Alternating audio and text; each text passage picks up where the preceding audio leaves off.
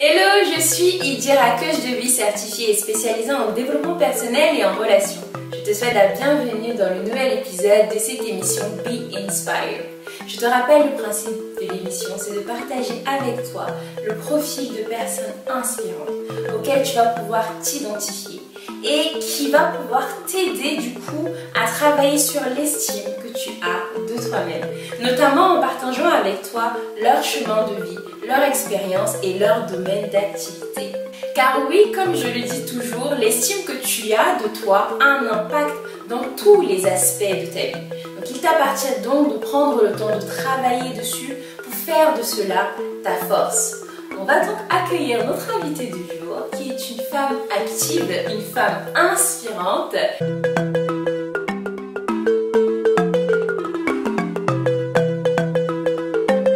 Tsipora, bienvenue Tsipora. Salut. Je suis contente de t'avoir dans l'émission vraiment. Est-ce que tu peux te présenter? Oui, alors moi c'est Tsipora. Donc j'ai créé en janvier 2020 un podcast qui s'appelle Tant que je serai noire. Et c'est un podcast qui interroge le désir ou non-désir d'enfants des femmes noires. D'accord, super. Du coup, hormis le fait que tu as le podcast, qu'est-ce que tu fais dans la vie? Alors j'ai 31 ans depuis très peu et dans la vraie vie je suis consultante en informatique. D'accord. Donc j'accompagne en fait mes clients dans toute leur transformation digitale. Ok, super.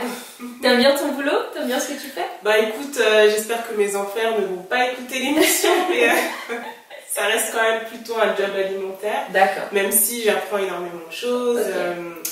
Mais c'est vrai que le podcast prend de plus en plus de place dans ma vie. Donc c'est mon échappatoire, on va dire. D'accord, super. Dis-nous Tsipora, la première question que je vais te demander, c'est quelle est ta définition de l'estime de soi? Alors pour moi, l'estime de soi, je pense que c'est lié à l'amour qu'on a pour soi-même. D'accord.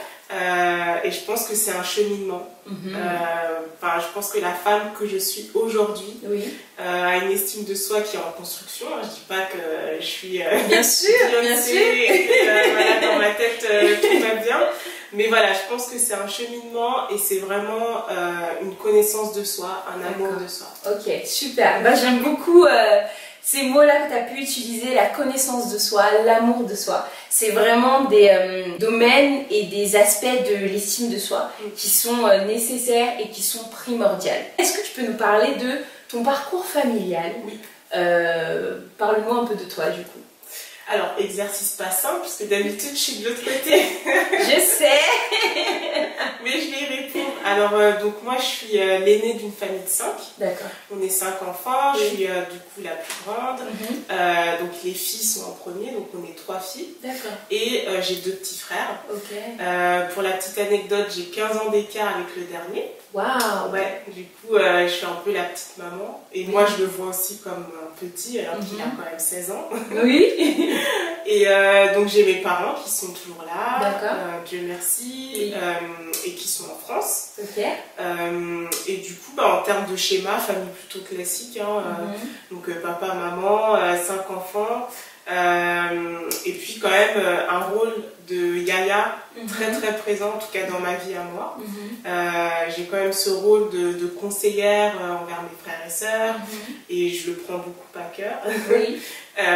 Et puis aussi un rôle de conseillère envers mes parents. Je pense que beaucoup de yaya, et d'ailleurs il y a un podcast qui s'appelle Les Petites Mamans que je vous recommande, qui parle de ça, et c'est vraiment ce rôle de béquille en fait pour ses parents. Et donc moi je pense que j'ai ce rôle là.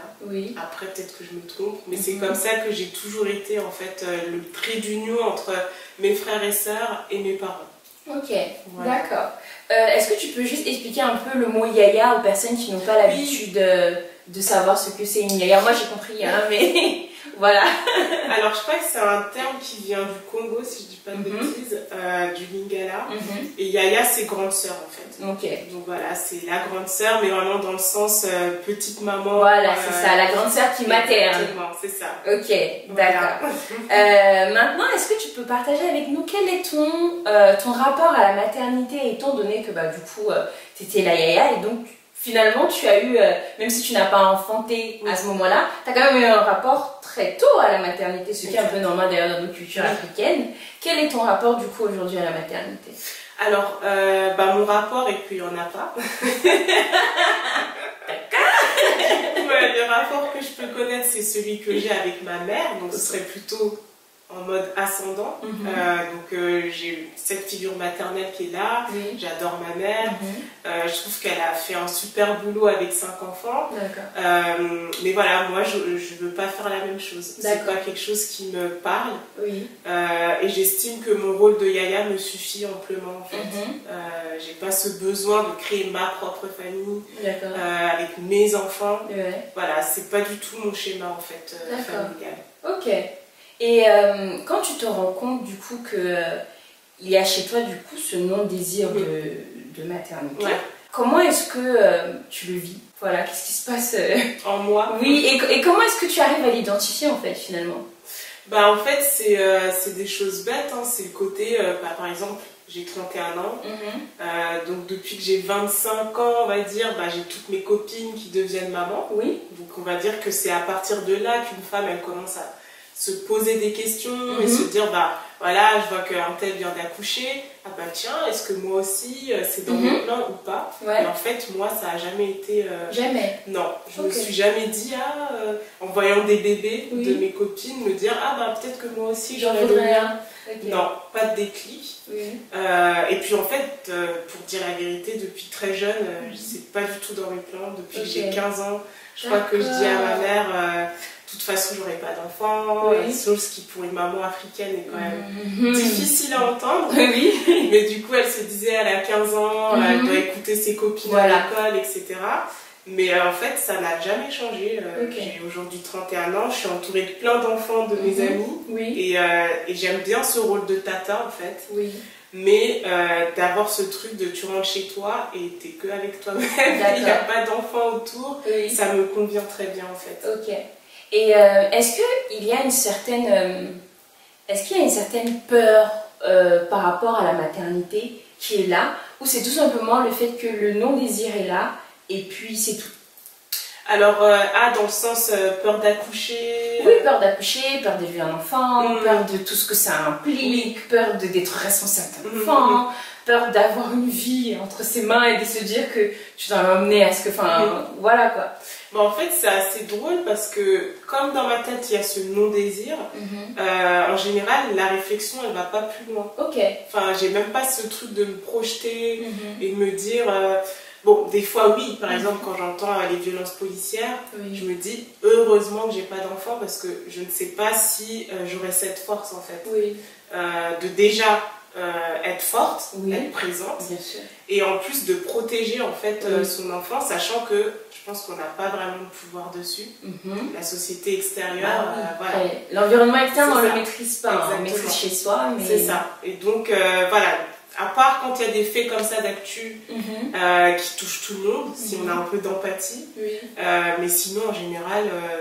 je me projette, mais pas du tout. Pas du tout. Non. D'accord. Donc ça veut dire que par rapport à ça, il n'y a même pas une notion d'adoption qui serait possible, étant donné que tu as eu des frères et sœurs, te dire que je vais peut-être pas enfanter, mais j'adopterai peut-être un enfant, pas du tout. Non, vraiment pas.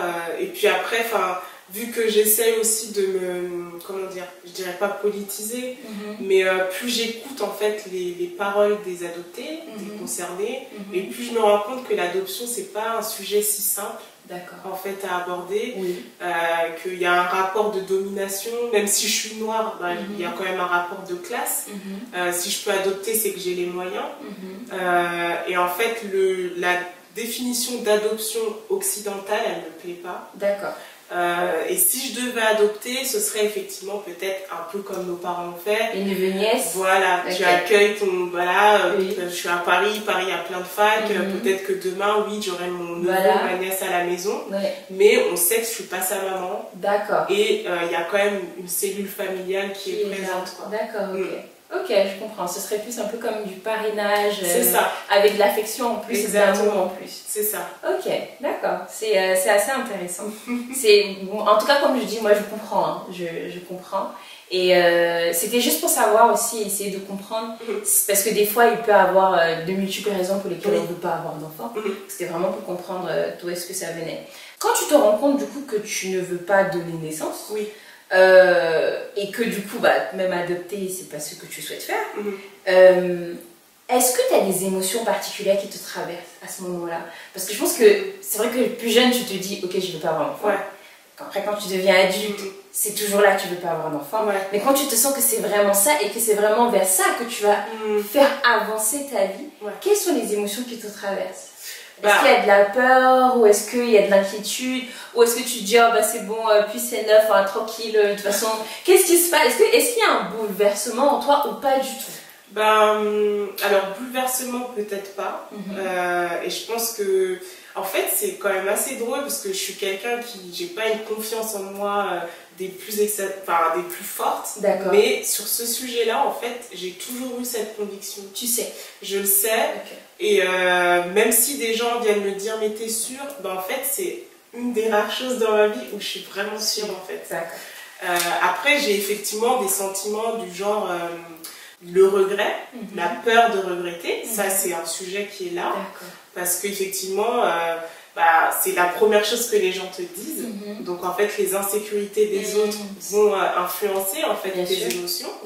Mais vraiment si j'étais toute seule dans ma petite bulle, vraiment j'ai pas de sentiment particulier de peur par exemple, non, parce que je me dis là c'est vraiment ton choix à toi en fait. Et c'est ton corps, et là vraiment tu sais que ça, t'en es sûr. Voilà, et donc du coup t'es vraiment en harmonie et en complète cohérence avec ça. Exact. C'est assez, c'est vraiment assez, c'est une bonne chose, c'est vraiment assez intéressant d'arriver à trouver de la paix dans un choix comme ça, parce que évidemment ça va m'amener à la prochaine question. Comment est-ce que du coup toi tu arrives du coup tu arrives à l'accepter, mais comment est-ce que ton entourage réagit par rapport à ça? Est-ce qu'ils te soutiennent? Est-ce que tu as des gens qui te disent non? Est-ce que tes parents te disent si tu vas avoir un enfant tu sais pas encore? Comment est-ce que ton entourage réagit par rapport à ce choix de vie qui finalement avec lequel t'es en paix finalement, c'est pas comme si ça te tourmentait. On va dire que ça a évolué. Je pense qu'il y a plusieurs phases. Donc, si je prends ma mère, comme je te l'ai dit, pour elle, même aujourd'hui, elle y croit encore que je vais changer d'avis. Chose qui va pas se passer, mais voilà. Après, c'est pas comme si à chaque fois que je l'ai au téléphone ou à chaque fois que je la vois, elle en parle. Mais je sais qu'au fond d'elle, il y a l'espoir. Voilà, l'espoir est là. Moi je suis du coup d'Afrique de l'Ouest et ma mère est musulmane, et du coup quand par exemple je lui fais un cadeau ou quelque chose, dans les bénédictions il y a toujours j'espère que tu auras un enfant comme toi. Et du coup il y a toujours ce truc de merci maman, en fait c'est pas ça. Toujours un petit message comme les mamans savent si bien le faire. Tiens, je pose ça là. Comme si de réalité, moi j'ai bien entendu, et du coup donc je rebondis en disant tu peux me souhaiter autre chose. Ça c'est pas vraiment un souhait que que je vais accepter entre guillemets. Mon père lui il s'en fout royalement. Mon père et depuis très jeune, et je pense que c'est ça qui m'a aussi permis de me sentir à l'aise avec ça. C'est ça. C'est bien. Exactement. Et puis je suis dans un schéma familial où mon père c'est la figure paternelle, donc quand il décide quelque chose, tout le monde suit entre guillemets. Donc du coup, comme il a validé entre guillemets mon choix, j'ai cette sérénité et ça me protège, même de mes oncles. Jamais aucun oncle ne m'a parlé de ça. J'ai même mon oncle maternel pour le coup qui me dit mais t'as trop raison. Enfin, moi j'ai des enfants, je l'ai fait parce que c'est la société qui me pousse à en faire. Il est en train de te dire que lui aussi il a un non-désir, mais qu'il n'a pas eu le choix. C'est ça, mais c'est ça. Je pense que après c'est dur à verbaliser. Surtout comme on en a parlé en off, un homme dire ça c'est quand même compliqué, mais j'ai pu déceler que... C'est un homme qui a des enfants aujourd'hui. Exactement. Donc je dirais qu'au niveau de la famille, le message est passé. Après au niveau des amis, je pense que j'ai choisi des bonnes personnes qui du coup me jugent pas du tout par rapport à ça, et qui au contraire trouvent ça courageux en fait, parce qu'elle dit c'est plus, elle me dit c'est plus simple en fait de faire des enfants, en tout cas dans cette société, que de ne pas en faire. Parce que du coup il y a un poids, il y a un regard, etc. Et elles n'ont pas à le justifier en fait quand elles font leurs enfants. Ok, d'accord, c'est super. Du coup t'as pas eu à faire de tri dans ton entourage? Pas du tout. Honnêtement, non. Quand je regarde en toute honnêteté, après j'ai pas un entourage ouf, j'ai pas 100 000 personnes qui m'entourent. Mais personne n'a 100 000 personnes. Mais ton entourage de qualité, je vais dire. C'est ça. Bah non, franchement, je pense que c'est peut-être qu'elles le disent derrière, hein, mais en tout cas en frontal. Bon, il y a eu certaines personnes qui, au début, quand elles ne me connaissaient pas, me disaient « Ah, mais toi aussi, quand tu auras des enfants », mais une fois que ça a été posé et que j'expliquais que c'était pas mon truc... Elles respectent. C'est ça, il y a ce respect qui est là. Et je pense que c'est important d'avoir un entourage comme ça. Oui, tout à fait. Voilà, on a déjà la société, si en plus chez soi on est entouré de malveillance, c'est pas top. Ouais, ok, bah c'est génial. J'aime beaucoup cette notion que tu as partagée, avec le fait que l'entourage c'est vraiment important et surtout d'avoir la bonne tribu autour de soi. Mais du coup, pour avoir quand même la bonne tribu, il faut quand même être dans la démarche de savoir toi qu'est-ce que tu veux, toi quelles sont tes valeurs, et d'avoir une tribu qui va par exemple avoir pour respect l'une des valeurs primordiales, ce qui fait que peu importe les choix de vie que toi tu peux mettre en place, même si on n'est pas d'accord, on respecte, parce que c'est ton choix, parce que c'est ta vie, ça t'engage toi, et donc on va pouvoir respecter ça. Donc moi je trouve que c'est vraiment super. Je dirais pas que tu as la chance, je dirais que tu as su t'entourer, donc c'est important de savoir s'entourer. Est-ce que tu as dû mettre quelque chose en place pour pouvoir te préserver, ou pour pouvoir prendre soin de toi, essayer de te... On va dire, je ne dirais pas de te protéger, parce que du coup tu me fais comprendre quand même que tu étais relativement protégée. Est-ce que tu as dû quand même mettre des choses en place pour pouvoir te préserver, soit à ce moment-là ou encore aujourd'hui quand entre guillemets tu es Tsipora dans la société, parce que du coup la société c'est pas ton entourage. Est-ce qu'il y a des mécanismes que du coup tu as dû mettre en place pour te protéger, ou est-ce que même tu as la sensation des fois de devoir te protéger par rapport à ce positionnement-là et ce choix de vie? Déjà typiquement au boulot, c'est pas un sujet que j'aborde. Je pense que personne ne sait que je ne veux pas d'enfants. C'est pas un sujet que j'aborde comme ça au café, même si là il y a le Covid, mais c'est pas un sujet que j'aborde facilement. Et du coup, il y a toujours un peu cette appréhension, tu sais. Des fois, il y a des repas, on fait le tour de table, on a tout un peu 30 ans. Et ça fait un peu le tour de alors, et toi du coup, voilà, t'es en couple, là du coup, est-ce que tu auras des enfants, etc. Et du coup, il y a toujours cette appréhension de quand ça va être à mon tour de répondre à cette question. Donc ça, c'est vrai, c'est un fait. Je suis pas super à l'aise avec ça en public, parce que c'est chronophage et c'est pesant en fait de devoir se justifier, parce que c'est jamais j'en veux pas et point, c'est mais pourquoi? Est-ce que tu es sûre? C'est ça, donc il y a tout un dialogue à avoir, et puis il y a toujours les réponses qui sont déjà là, mais il faut les développer. Et donc voilà, je pense qu'au boulot, effectivement, c'est encore quelque chose que je travaille. Mais sinon, après, en général, après avec le podcast aussi, au début, des femmes qui... J'ai pas eu de violence, je dirais pas que... Des gens sont venus mal me parler ou me dire mais t'es folle, voilà. Oui, ça et j'avais peur. Oui, parce que moi je pensais que tu en avais. Mais non, en fait, je sais pas s'il y a c'est pour ça que je crois beaucoup aux ancêtres. Je pense que mes ancêtres sont très très autour de moi. Parce que vraiment, j'ai pas eu... C'est ça. Oui. Et je remercie ça parce que vraiment, quand j'entends certaines histoires sur internet derrière un écran, c'est facile quoi. Mais j'ai eu une fois une personne très religieuse qui, et gentiment, qui a essayé de m'expliquer c'est quoi la vie. D'accord. Donc la vie, ça commence par quoi? C'est faire des enfants. D'accord. Et du coup, je lui ai expliqué gentiment, oui, mais la vie aussi, c'est des choix. Il n'y a pas qu'un seul chemin à suivre. Possible. Et donc voilà, mais sinon, voilà, je dirais que travail, effectivement, j'évite. Et après, avec le podcast, ça se passe plutôt bien. D'accord. Ok, super. Pour du coup rebondir dessus, et dans la même continuité, est-ce que tu es en couple? Et si oui ou pas, d'ailleurs, tu n'es pas obligé de le dire, mais en relation, comment est-ce que, parce que c'est mine de rien, vu qu'avoir des enfants c'est tellement, on va dire, la norme, que quand tu rencontres quelqu'un, tout le monde se dit que tout le monde veut avoir des enfants. Voilà, même si on sait que ça existe, mais tant qu'on n'est pas confronté, encore une fois. Mais du coup, est-ce que tu abordes ça dès le départ? Comment est-ce que tu arrives à l'aborder? Et est-ce que tu te dis du coup que ça fait partie des critères de ton partenaire de se dire faut pas qu'il veuille d'enfant? Oui. Ok. Clairement. Et ça, c'est un sujet, dès que je sens que c'est sérieux, en tout cas, parce que voilà, c'est un sujet qui est important pour moi à bien définir dès le début, parce qu'on ne peut pas changer quelqu'un.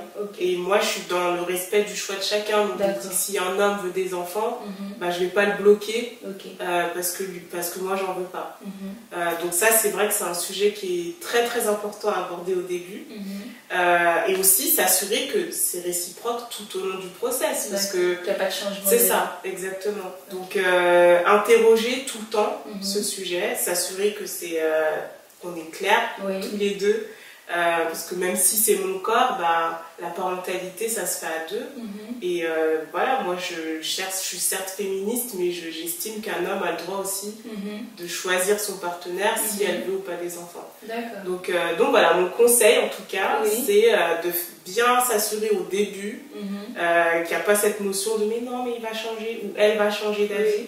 Parce que en fait non, c'est comme tout, hein. Un homme violent ne changera jamais. Un homme qui veut des enfants, il en voudra tout le temps.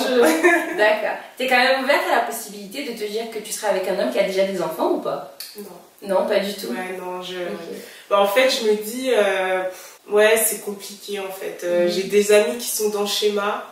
Et franchement, je me dis, waouh! No thanks! Je n'en veux pas! Je me dis, franchement, à choisir, je préfère en faire moi, vraiment, hein, si je dois choisir, plutôt que d'hériter. Même si ça peut être beau, hein, je pense qu'il y a des formes de parentalité différentes. Ah oui, moi je comprends complètement. C'est pas parce que, c'est pas parce que tu te dis que tu es capable de, que les enfants des autres sont bien, que tu voudrais pour autant les élever. Après, c'est chaque être humain. On va dire, t'as l'ouverture, et puis ça dépend aussi de notre cheminement, de notre histoire familiale. Il y a des gens qui vont se dire, tous les enfants, génial, je les prends, voilà. Et puis t'en as qui ont besoin de se dire, il faut que ce soit mes enfants pour que je puisse, et c'est légitime, tous les points de vue sont légitimes, mais c'était pour comprendre, de se dire, est-ce que si tu as un partenaire qui a une paternité, est-ce que ça serait possible ou pas en fait? Non. Ok, d'accord. Ok. Est-ce que t'accepter et oser être toi-même, tel que tu es, est-ce que ça t'a libéré? Déjà, est-ce qu'il y a un moment où tu as dû le dire comme ça ouvertement et tu t'es dit c'est bon, je m'en débarrasse de ça parce que voilà, j'en ai marre de me poser la question à moi-même maintenant que je sais que c'est ça depuis. Voilà, je vais le sortir pour m'en décharger. Oui, je pense que c'est... même si, comme je te l'ai dit, c'était très présent en moi, que j'étais alignée avec ça, je pense que déjà, le podcast, ça m'a permis de faire un coming out, entre guillemets, officiel. Et ça a permis d'ancrer, en fait, ce choix. Parce que des fois, c'est en nous, mais voilà... le fait que c'est pas officialisé, peut-être que ça peut changer, donc ça a vraiment ancré. Et puis après, on parlait tout à l'heure des relations. Moi, je sais que du coup, avec ma belle famille, ça a été aussi le fait de l'annoncer après quelques années, ça a été aussi un moyen de libération et d'avoir des relations plus saines avec ma belle-mère, par exemple. Parce que du coup, déjà, il n'y avait plus cette désillusion, parce que c'était aussi envers elle de se dire, tu ne seras pas grand-mère à travers ce fils-là. Et puis aussi, c'est un signe de maturité, en fait. Parce que du coup, maintenant, on est vraiment deux adultes. Elle a fait son choix de maternité, et c'est très bien. J'ai fait le mien, et elle l'accepte maintenant. Et du coup, même pour la petite anecdote, ce Noël, c'est elle qui m'a offert mon micro pour continuer mon podcast. Donc du coup, voilà, c'est de montrer que du coup, la relation que j'ai avec elle, je trouve qu'elle est plus naturelle, en fait. C'est plus transparent, c'est plus vrai. Qu'avant, voilà, il y avait ce truc de j'ose pas trop lui dire. Du coup, elle savait pas trop. Donc elle devait se dire, mais c'est qui cette belle fille? qui parle pas d'enfants. Qui parle pas d'enfants, de quand est-ce qu'on va faire notre famille. Ou qui esquive. Enfin voilà, donc, et puis il y a toujours ces trucs de est-ce qu'elle est infertile ou pas. Donc voilà, c'est bien de dire les choses. Et je pense que ça assainit en fait les relations. Ok, super. Moi, je suis quand même contente que tu partages ça. Parce que ça montre du coup que quel que soit le choix de vie que toi tu fais, qu'on fait pour nous-mêmes, c'est des choix de vie qui sont pas forcément évidents, mais à partir du moment où tu arrives à t'accepter tel que tu es, que tu arrives à exprimer la personne que tu es simplement, ça te permet de te soulager en fait et de vivre de manière plus libre, avec beaucoup plus de paix, d'avoir moins la sensation de devoir marcher sur les œufs. Alors oui, ce n'est pas évident parce que là on a Tipora qui nous explique que c'était un choix avec lequel elle était quand même en harmonie. C'est pas forcément évident, mais c'est quand même quelque chose par lequel il faut passer en fait. Il faut passer par cette chose-là, c'est très important. Quel est l'impact que ça a eu sur l'estime que tu as de toi-même? Est-ce que déjà ça a eu un changement ou est-ce que ça a provoqué quelque chose? De te dire, déjà premièrement, je m'accepte comme je suis, j'accepte mon choix, je l'assume, je l'exprime. Et après ça, est-ce que ça t'aide à avoir une meilleure estime ou est-ce qu'il se passe quelque chose? C'est une bonne question. Parce que c'est vrai que moi je suis câblée en mode compartiment. Donc pour moi il y a le compartiment maternité, il y a le compartiment travail, etc. Et j'ai jamais réellement fait le lien entre tout ça. D'accord. Mais en fait je sais juste que d'avoir cette sérénité par rapport à ce choix-là, ça m'enlève déjà un poids en moins. Donc je peux m'atteler à d'autres combats. Et puis surtout je pense que ce choix-là en fait il m'a fait devenir femme en fait. D'accord. Voilà, parce que beaucoup de femmes vont se dire que pour être femme, il faut passer par la maternité. Et moi, en fait, de me dire que je veux pas d'enfant et que malgré tout, je suis là en tant que femme, parce que quand je suis en société, on me voit comme ça. Je trouve ça puissant en fait. D'accord. Et du coup, ça me permet d'être encore plus puissante en tant que femme. Je sais pas comment l'expliquer. Oui, je comprends. Si c'est clair, mais voilà, ça m'a vraiment permis d'embrasser ma féminité. Voilà. Ok. Voilà, ce serait sur ce pan-là que je dirais que ça m'a aidé. D'accord, ok, super. Maintenant, parlons de ton podcast, Tant que je serai noire. Ce podcast-là, tu en as l'idée, comment ça devient, comment est-ce que tu lui donnes naissance et moi je l'ai écouté, je l'ai beaucoup apprécié d'ailleurs, je l'apprécie beaucoup parce que je continue à écouter. Il m'a beaucoup, personnellement, il a eu un impact chez moi. D'ailleurs, un impact qui explique aussi pourquoi est-ce que tu es là aujourd'hui. Il a eu un impact aussi chez moi en tant que, au-delà de Idira, il y a aussi la personne, la coach que je suis, et de se dire que moi, à travers ton podcast, j'apprends beaucoup. J'ai beaucoup appris et j'apprends beaucoup. Donc, ce podcast-là, comment est-ce qu'il te vient l'idée de te dire, je vais donner la parole à d'autres femmes qui sont dans la même situation que moi parce qu'on a besoin d'être entendues. Pour quelles raisons en fait? En fait, ça vient, comme tu l'as dit, c'est toujours lié à soi. Moi, même si mon choix il était assumé, on a toujours besoin de se voir en fait, dans les médias, d'entendre les mêmes récits pour se conforter entre guillemets. Quand on a des moments, pas de doute, mais on se sent pas bien, on se dit des fois on se dit mais peut-être que je suis la seule folle sur la terre qui veut pas d'enfant et que j'ai un problème. Et du coup quand j'ai voulu chercher des récits comme les miens, j'en trouvais pas. Il y en avait mais c'était des femmes blanches et j'estime que en tant que femme noire c'est d'autres problématiques encore, donc ça s'ajoute en fait. Donc voilà, ça partait d'un manque de représentation en fait.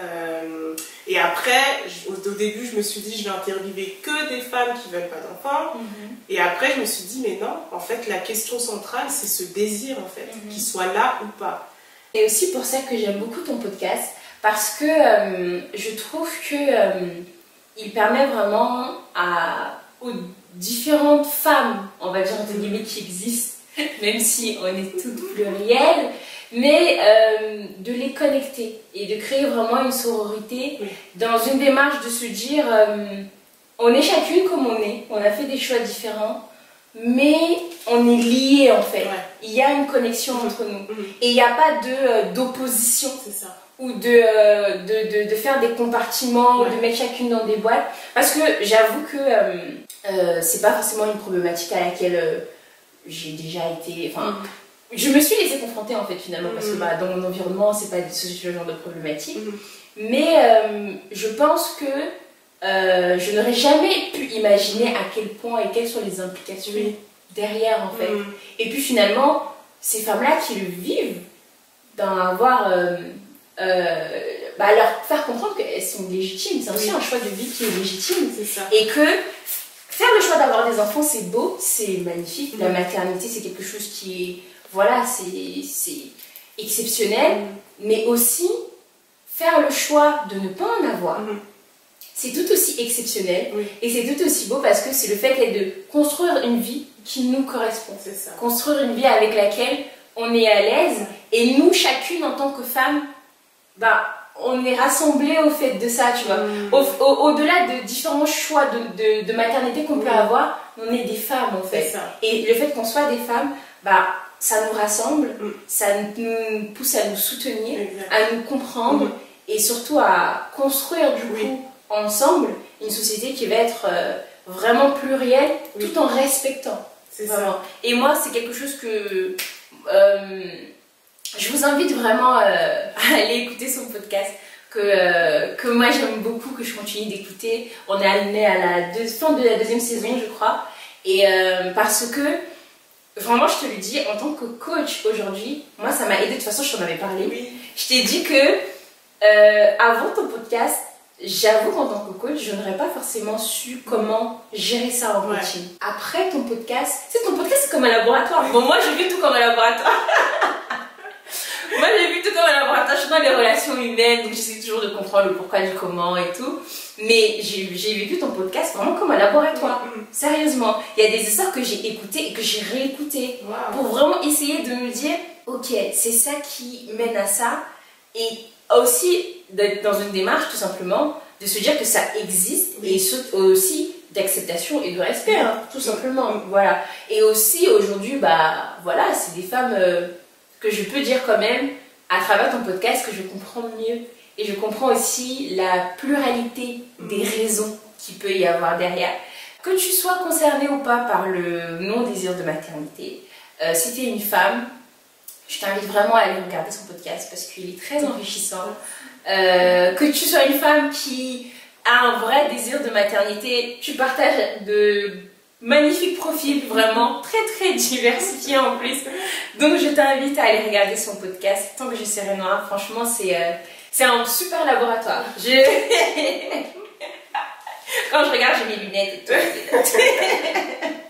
Que conseillerais-tu à une femme noire aujourd'hui qui traverse la même chose, mais qui ne l'accepte pas en fait, qui n'accepte pas ce non-désir et qui ne sait pas trop quoi en faire, surtout qui a peur de son entourage. Elle a peur de les décevoir, elle a peur d'être stigmatisée, elle a peur de perdre sa place finalement, parce qu'il y a ça aussi qui est en jeu. Et elle a peur aussi de se dire que c'est peut-être un choix qui est égoïste. Bref, il y a plein de questionnements derrière, je pense, qui peuvent être liés à ce choix. Donc, qu'est-ce que tu lui dirais à cette jeune femme-là? Alors, c'est une très très bonne question. Je ne sais pas si je suis la meilleure personne pour y répondre, mais je pense que la première chose, c'est, comme tu l'as dit, tout est lié à l'estime de soi. Je pense que pour cette femme-là ou cette jeune fille, c'est de se dire, j'ai envie le matin de me regarder dans le miroir et d'être alignée en fait avec ce que je veux et ce que je suis. Parce qu'au final, ta famille, certes, elle est là. Je sais qu'on est dans des schémas familiaux où la famille est très présente, mais on est quand même amené à vivre seul au final. Et si on décide de faire un enfant alors qu'on n'était pas prêt, que c'était pas quelque chose qu'on voulait, au final, on est toute seule à l'assumer. On n'est plus comme avant, à vivre tous ensemble dans le même village et que ta tante, elle s'occupe de toi, etc. Non, aujourd'hui, en tout cas, si tu vis en Occident, tu es face à tes problèmes, en fait.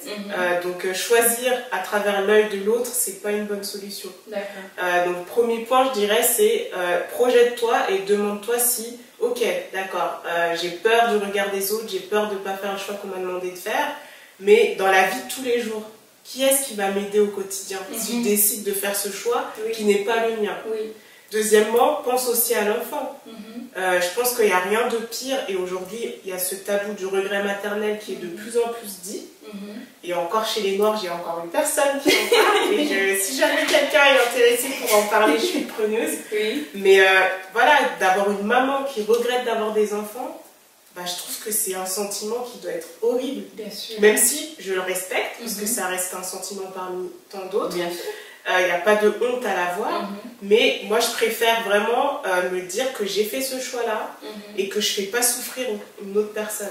Parce que de l'autre côté, il y a quand même des enfants qui n'ont pas demandé à être là, donc il faut réfléchir à ses conséquences. Et puis autre point, ben, ouais, je pense que c'est ce côté féministe aussi qui fait que ben, c'est ton corps, c'est ton choix.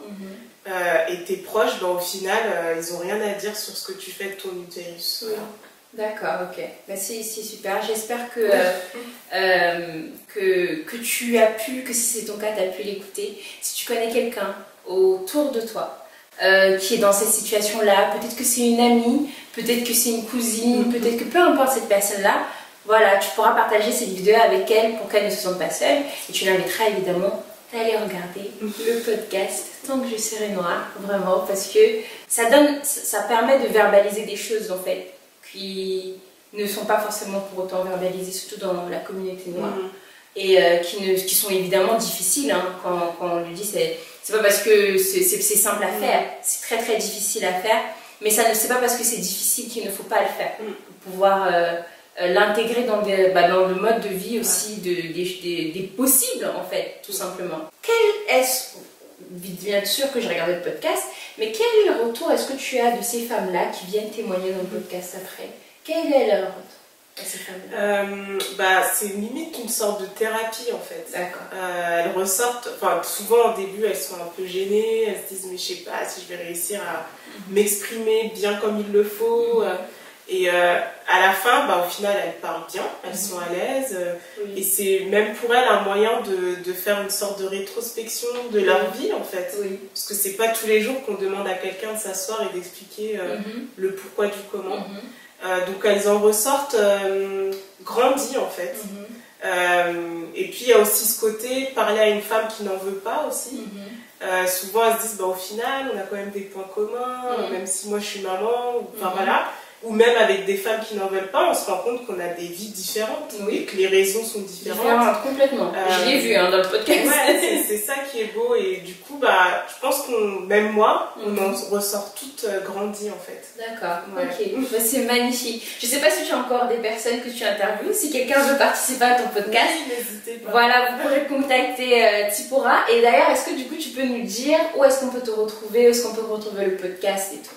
Oui, et quelles sont du coup aussi tes actualités du moment ou à venir? Donc du coup, le podcast il est disponible sur Instagram, sur Tant que je serai noire, tout attaché. Vous pouvez l'écouter sur toutes les plateformes d'écoute, donc Apple Podcast, Spotify, YouTube aussi parce qu'il y a une version vidéo. Et ensuite, en termes d'actu, là la saison 2 va se terminer dans une semaine. Et il y aura une petite pause et on continue en mars avec la saison 3. D'accord. Qui aura un format, donc il n'y aura plus de vidéos. Mais je vous réserve des petites surprises sur YouTube avec un contenu un peu différent. Mais voilà, sinon le contenu audio sera disponible toujours sur toutes les autres plateformes. D'accord. Ok, super. Et du coup, est-ce qu'il y a des personnes qui peuvent te contacter pour... Oui, alors vous pouvez me contacter sur Instagram en MP ou sinon par mail en tapant contact@tantquejeserai-noire.com. D'accord, ok. Parce que je sais que dernièrement j'ai vu sur Instagram où tu invitais les personnes en parallèle. C'est ça. Donc en fait, il y a un nouveau format qui va arriver qui sera des formats de témoignages anonymes. Donc si par exemple il y a un sujet un peu dur qu'on n'a pas envie d'exprimer à visage découvert, il y a l'option en fait de me fournir un texte sur un sujet. Ça peut être, j'ai reçu des sujets sur... justement le regret de ne pas avoir été maman, par exemple, le regret maternel, le contexte de violence sexuelle et comment est-ce que ton désir d'enfant en fait se construit. Donc voilà, donc s'il y a des sujets comme ça où on se dit je suis pas à l'aise d'en parler avec ma voix, bah moi je peux du coup avec ma voix lire ton histoire et le proposer du coup sur le podcast. Ah bah c'est super. Franchement c'est génial et je suis contente que tu puisses partager ça avec les personnes qui vont regarder, parce que effectivement, comme on l'a dit tout à l'heure, c'est pas quelque chose qui est toujours évident. C'est ça. Et pourtant, verbaliser les choses, c'est la première étape. L'expression, il faut s'exprimer. Exprimer ce qui nous tourmente, nous questionne ou ne va pas. Et c'est vraiment aussi dans la démarche de cette émission-ci, Be Inspired, à travers son podcast et à travers ce qu'elle fait, bah, tu vas pouvoir partager des expériences, même anonymes, mais au moins, ça sera une première étape dans le cheminement que tu as de l'acceptation de toi-même, de la construction de l'estime que tu as de toi-même, de pouvoir te dire ok, je vais libérer ça et ma voix sera entendue, même si évidemment on ne saura pas que c'est toi, et surtout du coup tu pourras te préserver si tu le souhaites, mais au moins ta voix sera entendue. Donc franchement c'est génial, je suivrai les prochaines saisons. Alors je pense que c'est le moment du petit cadeau, hein, voilà. Donc je vais aller chercher le petit cadeau, j'arrive. Alors, bon, tu as regardé les précédents épisodes, tu sais à peu près comment ça se passe. C'est ça. Je te laisse en choisir. Bah écoute, je vais prendre le rose. Ok, super. Tiens, je te donne la petite paire de et je te laisse ouvrir. Super, déjà merci. Ah bah je t'en prie, c'est avec plaisir.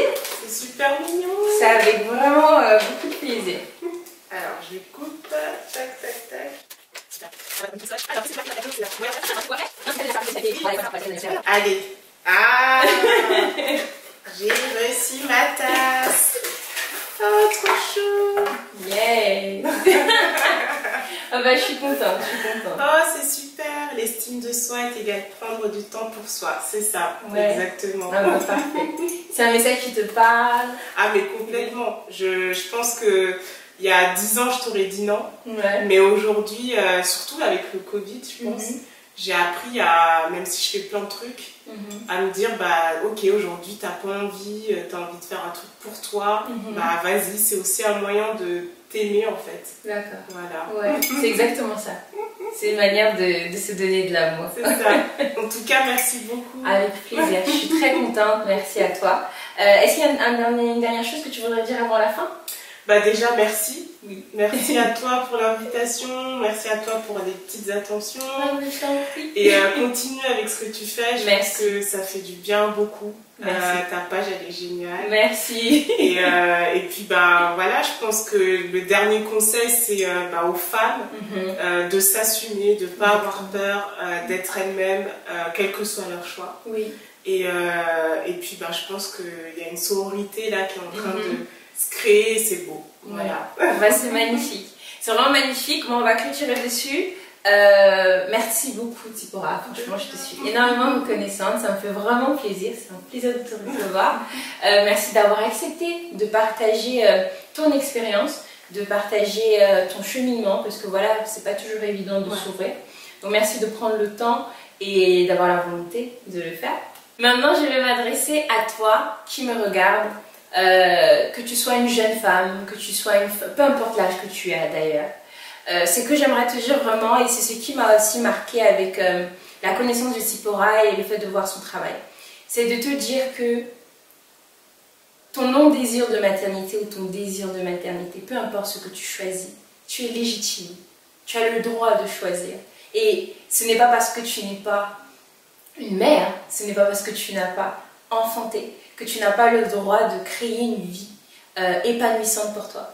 Une vie justement où tu arrives à être en harmonie avec cette vie-là, une vie qui respecte tes choix. Que c'est pas parce que tu ne veux pas avoir d'enfant que tu n'as pas droit au bonheur, que tu n'as pas droit de vivre la joie, l'amour. Vraiment, c'est de te dire ton choix et le choix qui te respecte, le choix qui te correspond est légitime. Donc aujourd'hui, j'espère que tu ne vas plus te sentir seule. J'espère que tu as compris que du coup, tu n'es pas toute seule. Et puis, si tu es dans cette démarche-là, et c'est vraiment aussi quelque chose que ton podcast m'a permis, c'est de voir la possibilité aujourd'hui pour moi de pouvoir accompagner ce genre de femmes. Donc si aujourd'hui tu es dans ce cas-là et que tu as encore peur et que tu ne sais pas encore, tu es encore dans la partie questionnement et que peut-être que tu as besoin que tout ça soit éclairci ou que tu as besoin d'être accompagné, tu as besoin de parler tout simplement avec quelqu'un de neutre, ben, je suis là pour ça. En tant que coach de vie, c'est ça aussi ma mission et ce sera un plaisir pour moi de pouvoir vraiment t'accompagner. Sur ce, à la prochaine fois pour un nouvel épisode avec une nouvelle personne inspirante. Alors, avant de clore l'émission, Tsipora, est-ce que tu peux partager avec moi, avec nous du coup, le profil de 3 femmes, le nom d'ailleurs de 3 femmes inspirantes que tu aimerais voir du coup à ta place et qui pourraient être là à cette émission dans la même cohésion en fait. Alors il y a Aurore Fukisa, oui. C'est ma yaya de cœur, qui est chroniqueuse, donc elle a travaillé avec moi sur les capsules littéraires que je propose sur le podcast dans la saison 2. Dans la vraie vie, elle est chef de projet, et puis c'est une maman de 2 enfants. Et elle a un parcours que je trouve juste magnifique et c'est voilà, elle a toujours les bons mots et je pense qu'en termes de développement personnel, c'est quelqu'un qui pourrait être ici et qui peut apporter à travers son expérience. D'accord. Ensuite, il y a Anita Kiji. Elle a un blog qui s'appelle Kiji. Je pense que tu pourras trouver facilement Kiji World. Elle est sur les réseaux sociaux. Elle a aussi son blog où elle écrit des articles. Elle est maman de 2 petits et dans la vraie vie, elle est juriste. D'accord. Mais voilà, elle a aussi ce côté voilà, empuissancement des femmes noires qui est pas mal.